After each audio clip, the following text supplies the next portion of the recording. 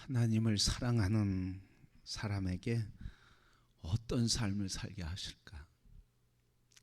하나님을 사랑하시죠? 하나님은 어떤 삶을 살게 하실까? 오늘 본문의 말씀을 통해서 하나님을 사랑하는 사람이 누구인지, 또 그에게 어떤 축복을 주시는지 오늘 말씀을 통해서 우리에게 알려주십니다. 하나님을 사랑하는 자 어떤 삶을 살게 될까? 우리 맨 마지막에 31절 말씀 보면 주를 사랑하는 자는 해가 힘있게 도듬갑게 하옵소서. 드보라의 축복이죠. 하나님을 향한 소원가이면서 축복의 시예요. 자, 이 드보라가 하나님 앞에 발락과 더불어서 찬송의 시를 지어서 하나님께 올려드리는데, 하나님 앞에 드리는 기도가 뭐라고 하는 거예요? 하나님을 사랑하는 자는 해가 힘있게 도듬갑게 하옵소서. 여러분, 찬란한 햇빛 동쪽에서 떠오를 때 막을 것이 있습니까? 막을 것이 없어요. 구름이 떠서 가려진다 할지라도 그 해는 사라지질 않는 거예요. 또 아침 해가 떠오르면 어떻게? 뭐가 물러가요? 어둠이 물러가요. 또 뭐가 사라져요? 아침 이슬이 사라져요. 그리고 보이지 않았던 것들이 보이고, 그리고 찬란한 광명 속에 새 기운을 얻고 살아가는 놀라운 축복이 이 해가 돋는 아침에 있다는 말씀이죠. 그러니까 이 하나님을 사랑하는 자에게 이런 복이 있기를 원한다 하며 그렇게 축복을 하고 그렇게 격려하는데, 하나님을 사랑하는 자는 어떤 삶을 살기를 원한다고요? 해가 도듬과 같이 힘차게 도듬과 같이 되기를 원한다. 그 인생이 그렇게 되기를 원한다는 거예요. 여러분, 해가 도듬과 같이 힘있게 살아가는 성도들 삶이 되기를 축복합니다. 자, 떠오르는 태양을 막을 어둠이 없는 것처럼 하나님께서 우리를 향하신 그 사랑을 막을, 그 축복을 막을 어떤 권세도 없다는 거예요. 그래서 오늘 우리에게, 하나님을 사랑하는 자에게는 돋는 해와 같이 힘있게 살아가는 복. 바울은 그 말씀을 뭐라고 표현해요? 로마서 8장 28절에 뭐라고 고백하죠? 하나님을 사랑하는 자, 곧 그 뜻대로 부르심을 입은 자들에게는 모든 것이 합력하여 좋은 일을 이룬다. 하나님을 사랑하는 자에게는 모든 일이 합력해서 좋은 일도 나쁜 일도 기쁜 일도 슬픈 일도 원하는 일도 원하지 않는 일도 기대했던 일도 아니면 생각지 않은 어려움과 아픔도 다 합하여서 뭐가 된다고요? 선한 것이 된다고요. 누가? 하나님을 사랑하는 자에게. 아멘. 그러니까 하나님을 사랑하는 게 축복이에요, 여러분. 하나님을 사랑하는 게 복이에요. 그러면 하나님을 사랑하는 게 뭘까 하는 말이에요. 하나님을 사랑하는 게 뭘까? 오늘 말씀을 통해서 주시는데, 하나님을 사랑하는 것이 뭔지 한번 보도록 하겠어요. 자, 오늘 본문의 말씀 보면 23절 첫 마디가 뭐예요? 첫 마디가 뭐라고 그래요? 여호와의 사자의 말씀에 메로스를 저주하라. 거듭거듭 저주해라. 아니, 드보라가 발락이 함께 하나님께 감사와 찬양의 시를 지는데 여호와의 사자가 뭐라고 했다는 거예요? 메로스를 저주해라. 거듭거듭 저주해라. 그렇게 말하고 있어요. 그러면 여러분, 왜 하나님의 사자 하나님은 메로스를 저주하라 그랬을까?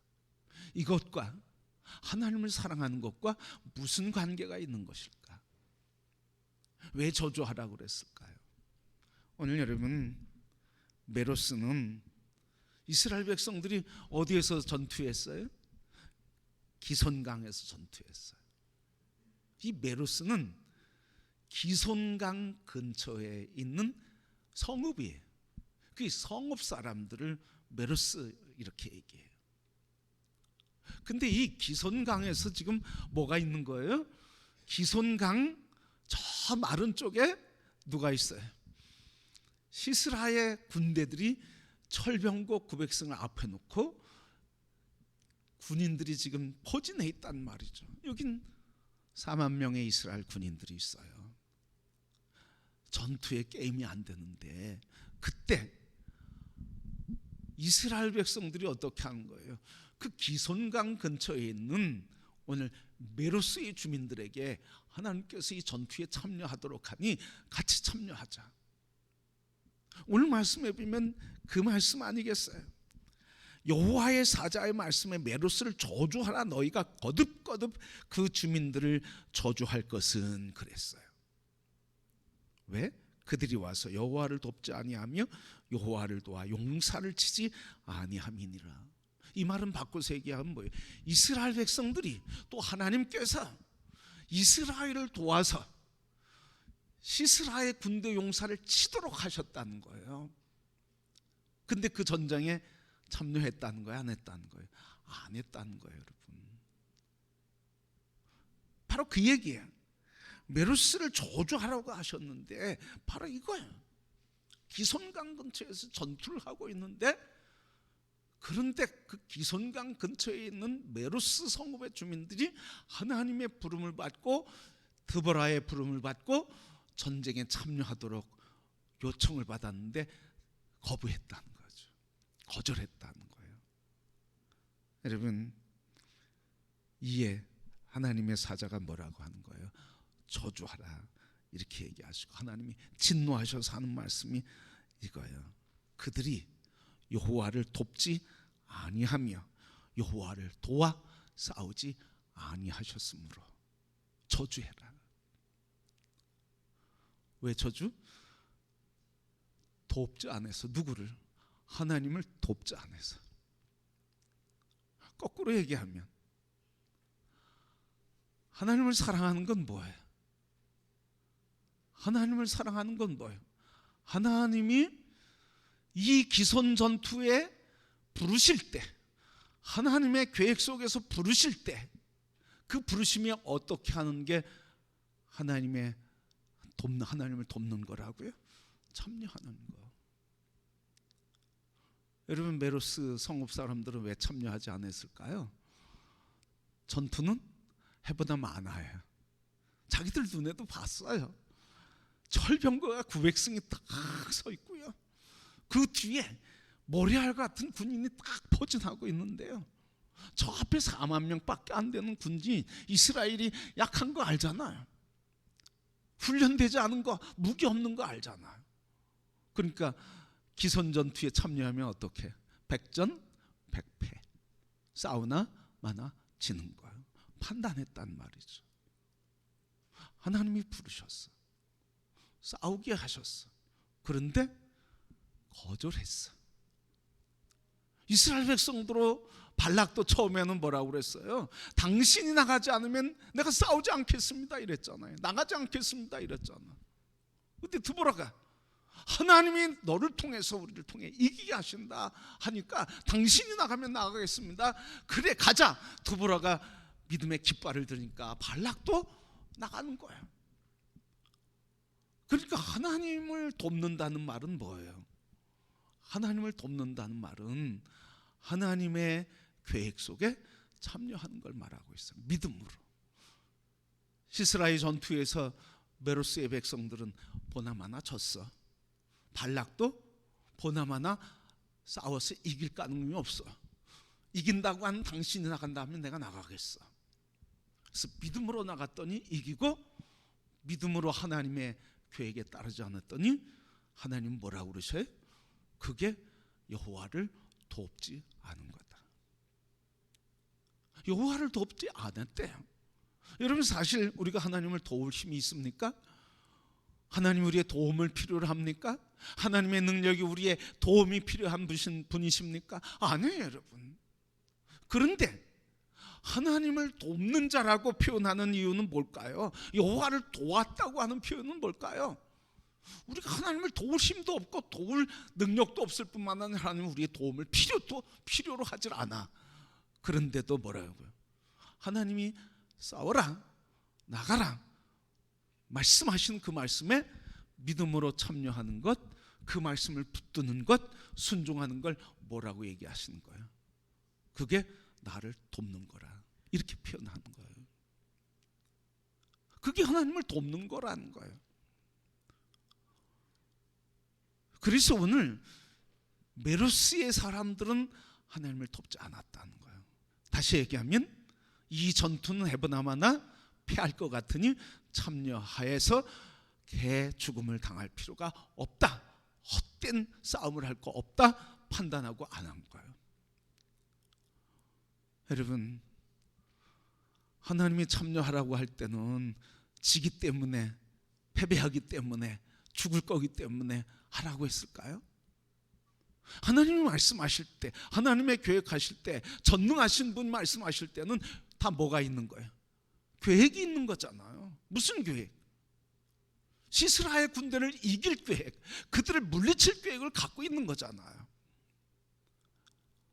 그런데 그 하나님, 전능하신 하나님, 그분 인도하시고 교육하시고 이끌어 가시는 하나님인데 믿음으로 참여하면 하나님을 돕는 것인데, 하나님의 역사에 참여함으로 하나님을 돕는 건데, 하나님이 돕는 것으로 어떻게 해주신다는 거예요? 여겨주신다는 거예요. 우리가 하나님을 돕는 게 아니고 우리가 믿음으로 참여하면 하나님이 그렇게 나를 돕는구나 하고 인정해 주시고 여겨 주신다는 거예요. 그런데 믿음으로 참여하던 사람은 하나님을 돕는 자로 여김받아서 이기게 하시고, 참여하지 않은 자는 저주를 받는 거예요. 오늘 우리가 살면서 신앙생활 하면서 우리도 모르게 때로는 우리가 판단해서 하나님 말씀을 거역하고 하나님을 돕는 자가 아니라 하나님을 판단하고 하나님의 전능하신 역사를 부정하고 부인하고 살아갈 때가 종종 우리에게 틈탄다 하는 말이에요. 내 경험해 봤는데 그거 논리적으로 상식적으로 그게 된다고 생각해요? 논리적으로 상식적으로 돼야 안 돼요? 안 되는 거죠, 여러분. 아니, 시스라의 군대랑 메로스가 이스라엘 백성들이 싸워서 이기는 게 상식이에요? 아니에요? 상식이 아니에요, 여러분. 상식이 아니야. 상식으로는 될 수 없어. 그렇게 참여하지 못한 메로스는 어떻게 되는 거예요? 저주를 받는 거예요. 믿음으로 참여하면 하나님이 다 이기게 하시고 계획이 있으시고 열어주시고 지는 것 같아도 저도 이기게 하시는 하나님의 놀라운 신비가 있는데, 우리도 모르게 우리 자신이 뭘 가지고 얘기해. 그거 상식적으로 되겠어? 그거 무슨 돈이 있어서 그거 하겠어? 철저히 불신앙, 철저히 불신앙. 그 순간에 하나님 어디 계실까요? 응? 여러분, 상식적으로 되겠어? 그거 가지고 되겠어? 그때 하나님 어디 계시는 건가요? 그러면 먼저 우리가 하나님 뜻이 무엇입니까? 물어야지, 여러분. 그죠? 내 상식 가지고, 경험 가지고, 논리 가지고, 이성적으로, 규모 가지고, 재정의 크기 가지고, 사람의 숫자 가지고, 그거 가지고 되겠어? 여러분, 평생 그러니까 믿음의 역사, 하나님의 영광과 역사를 경험하기가 어려워. 다 이성적으로, 논리적으로, 상식적으로만 살려고 그러지. 그게 예수 믿는 사람은 아니죠. 하나님의 자녀는 뭐예요?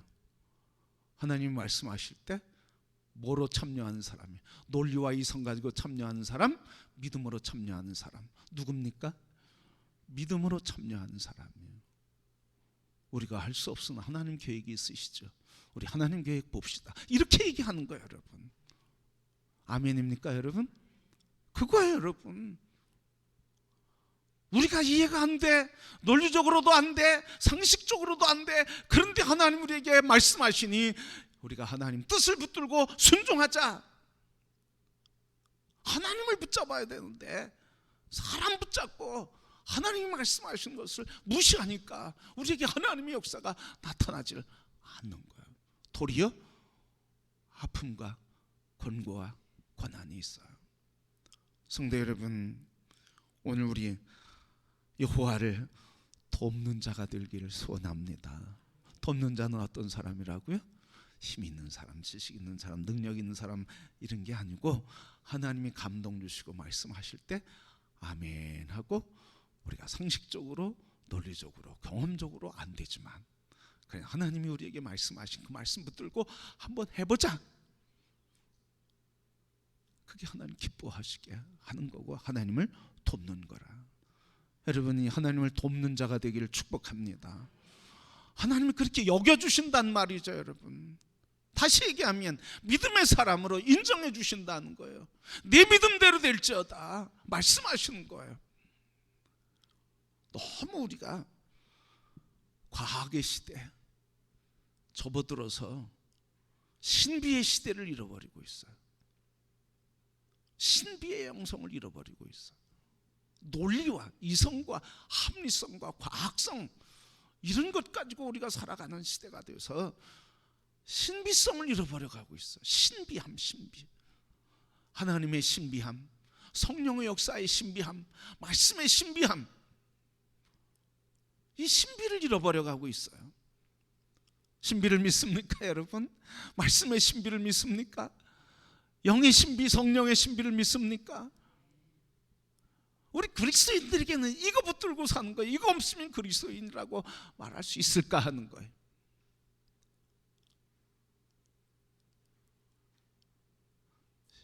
하나님의 거룩한 믿음의 신비 속에서 우리 함께 살아가기를 소원합니다. 우리 서로 축복합시다. 우리 믿음의 신비 속에 살아갑시다.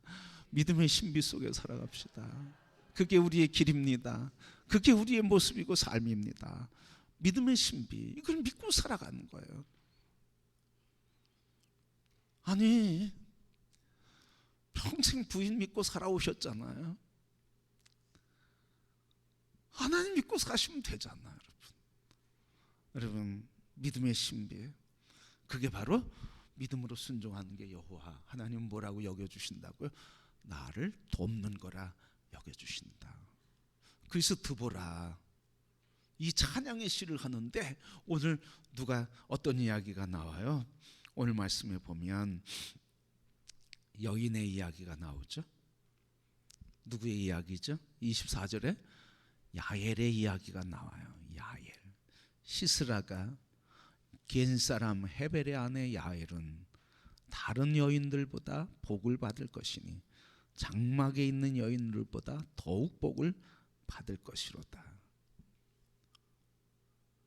야엘은 다른 여인들보다 또 집 안에서 내조하고 살림하는, 그래서 남편의 사랑받는 그 여인보다 더 복이 있을지어다.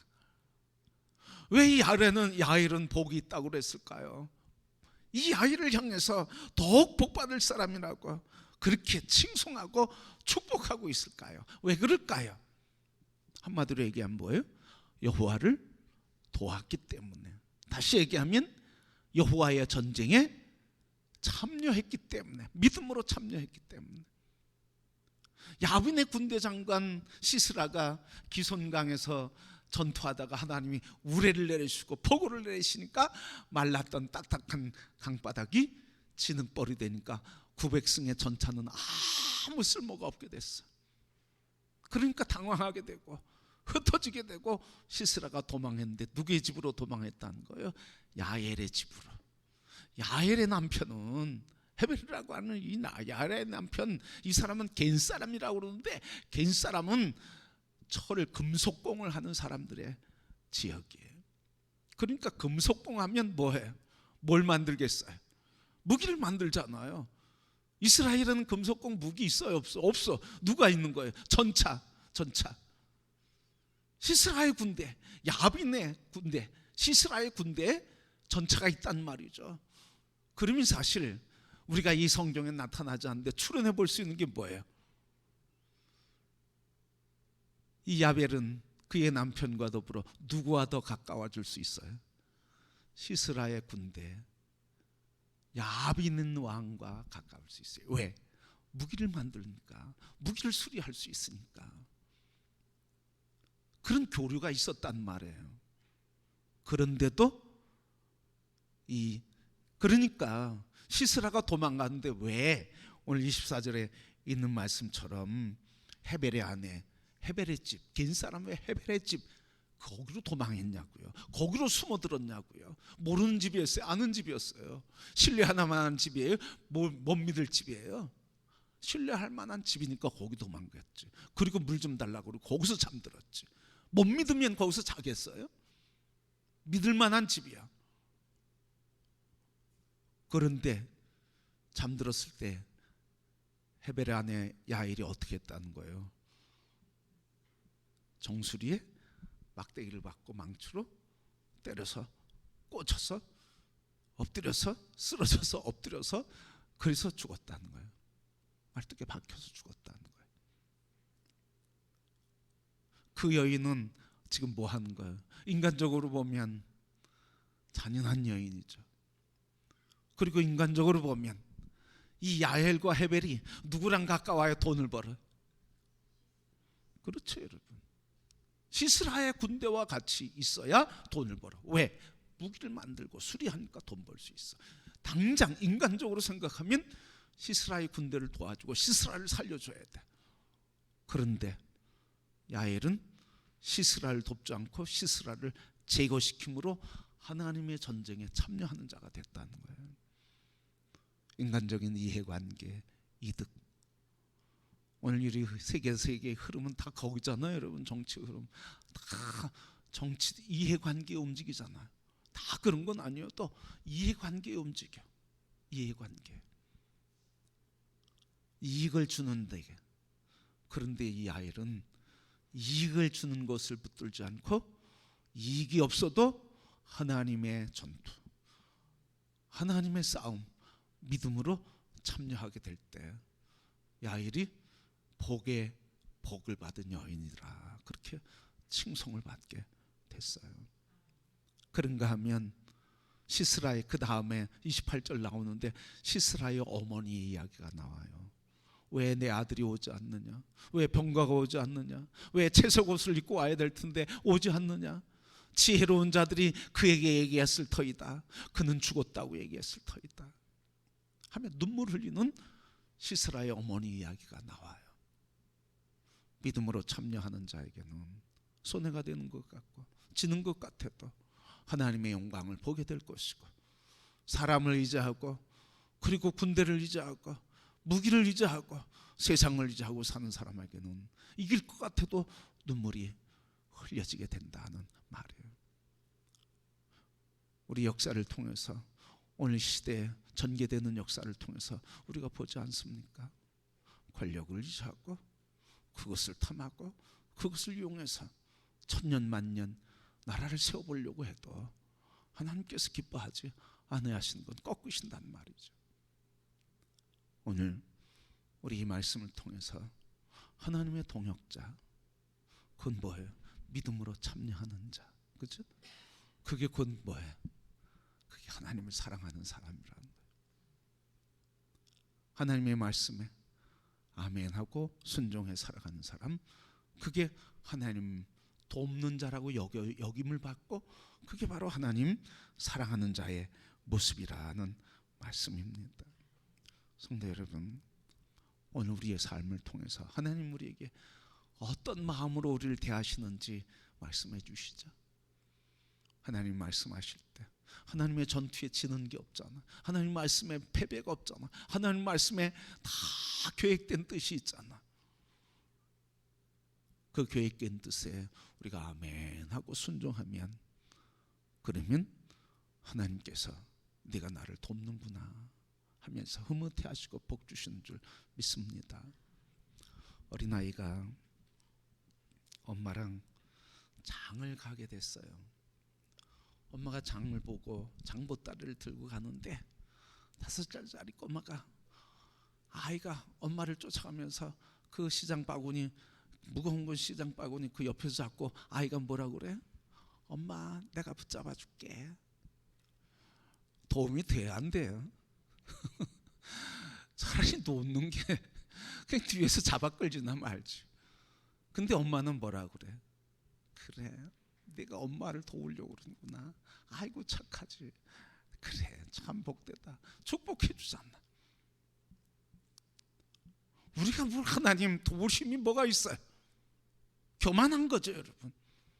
그런데도 하나님 말씀하심에 순종해서 하나님 사랑하게 될 때 하나님 그걸 기쁘게 여기시고 당신을 도와준다고 그렇게 여겨주시고 우리를 사랑하셔서 사랑하는 자에게 오늘 말씀에 31절에 있는 말씀처럼 주를 사랑하는 자들은 해가 힘있게 도둠 같게 하옵소서 하는 축복을 받으며 그런 은혜 안에서 살아가게 되는 줄 믿습니다.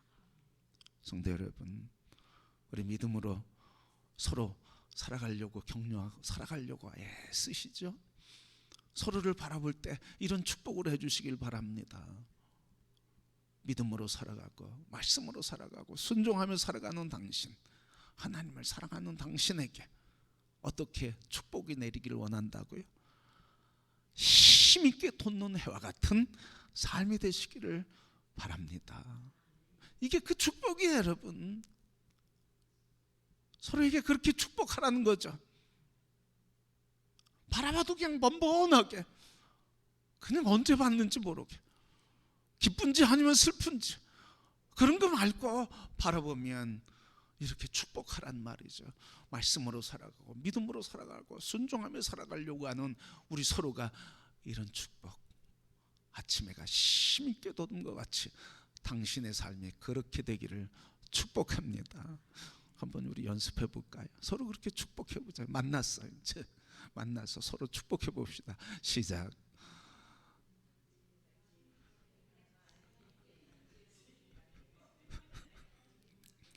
아멘, 아멘, 아멘. 그렇게 축복하자는 거예요. 믿음으로 살아가려고 애쓰시죠? 주님 사랑하시죠? 그러니까 그렇게 하나님을 사랑하고 여호와의 도움이 되는 역임을 받는 우리들이니까 서로 이런 축복하자는 거예요.